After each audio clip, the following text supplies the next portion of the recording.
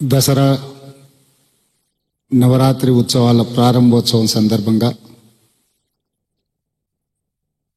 శ్రీ గణపతి సచ్చిదానంద స్వామి గారు తెలంగాణ రాష్ట్రంలో వారు పాదము మోపి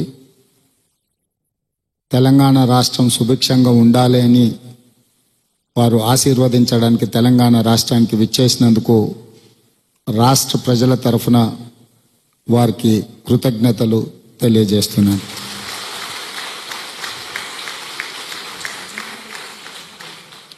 అదేవిధంగా గణపతి సచ్చిదానంద స్వామి నూతన ప్రార్థనా మందిరాన్ని ఈరోజు మనం ప్రారంభించుకొని ఈ రాష్ట్రము దేశము ప్రజలు సుఖశాంతులతో ఉండాలి, పాడి పంటలతో వర్ధిల్లాలి, ఎక్కడ ఏ కష్టము ఏ ఇబ్బంది వచ్చినా ఈ ప్రార్థనాలయానికి వచ్చి ఇక్కడ కూర్చుంటే ఇక్కడ ధ్యానంలో నిమగ్నమైతే వారికి తప్పకుండా ప్రశాంతత చేకూర్చడమే కాకుండా వారి కష్టాలు తీరుతాయని చెప్పి నేను సంపూర్ణంగా విశ్వసిస్తున్నాను.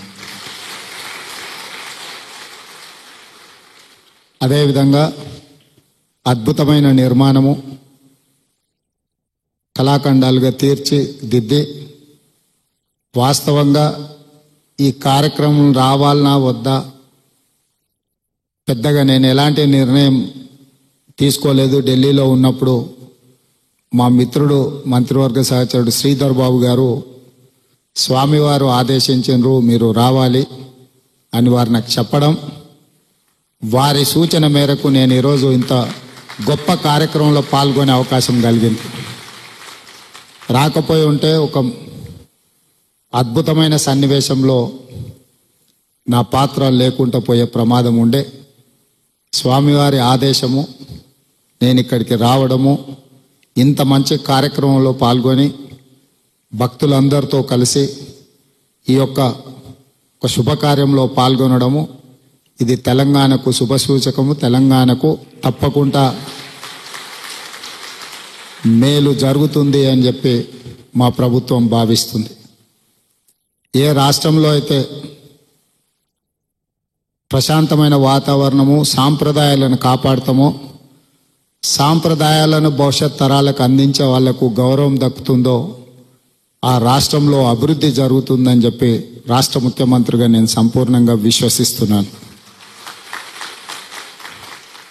ఇక్కడ ప్రత్యేకమైన దృష్టి పెట్టి ఇలాంటి గొప్ప ప్రార్థనా మందిరాన్ని మా ప్రజలకు, ముఖ్యంగా గతంలో నేను ఇక్కడ పార్లమెంట్ సభ్యుడిగా ప్రాతినిధ్యం వహించిన ఇక్కడి నుంచే తెలంగాణ రాష్ట్రానికి ముఖ్యమంత్రి అయ్యే అవకాశం నాకు కలిగింది.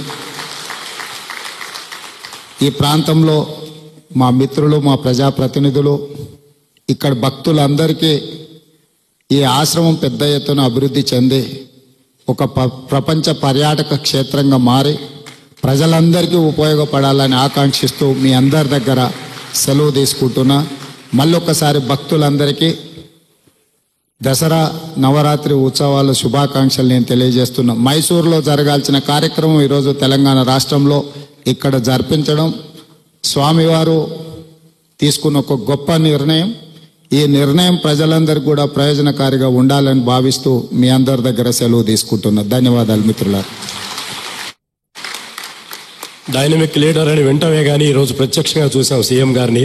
Thank you so much CM sir for your inspirational speech to all of us. నా